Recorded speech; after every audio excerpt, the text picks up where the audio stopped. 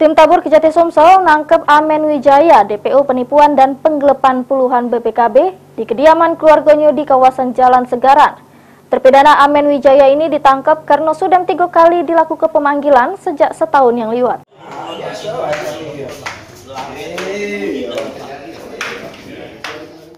Pecah inilah video detik-detik penangkapan DPO penipuan dan penggelapan BPKB sepeda motor oleh tim tangkap buron atau Tabur Kejaksaan Tinggi Sumatera Selatan yang dipimpin langsung PLT Kasipenkum Kejati Sumsel di kawasan Jalan Segaran pada Selasa 23 Mei 2023. Terpidana ditangkap masih menggunakan baju pas berada di kediamannya yang sekaligus merupakan tempat usaha bengkel punya anaknya.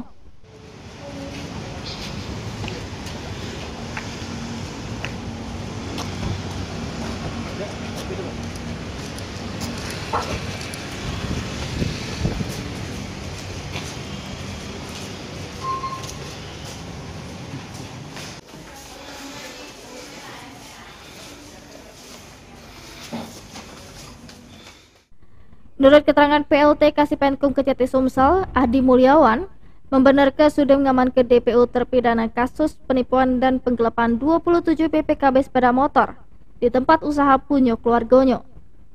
Terpidana ini ditetapkan DPO sejak setahun yang lewat, dikarenakan pas dilakukan pemanggilan sebanyak 3 kali, tersangka tidak secara kooperatif memenuhi panggilan.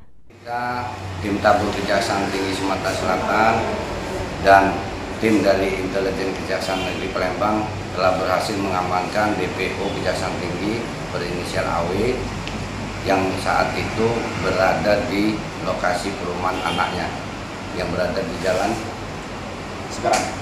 Pasugaran, Palembang. Kemudian pada saat itu kita telah berhasil menangkap yang bersangkutan, di mana dia ditetapkan DPO karena telah dilakukan pemanggilan secara patut selama 3 kali.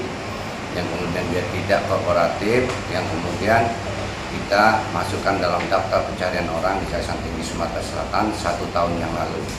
Dan alhamdulillah pada hari ini kita tahu keberadaannya dan kita bersama-sama melakukan penangkapan terhadap yang bersangkutan.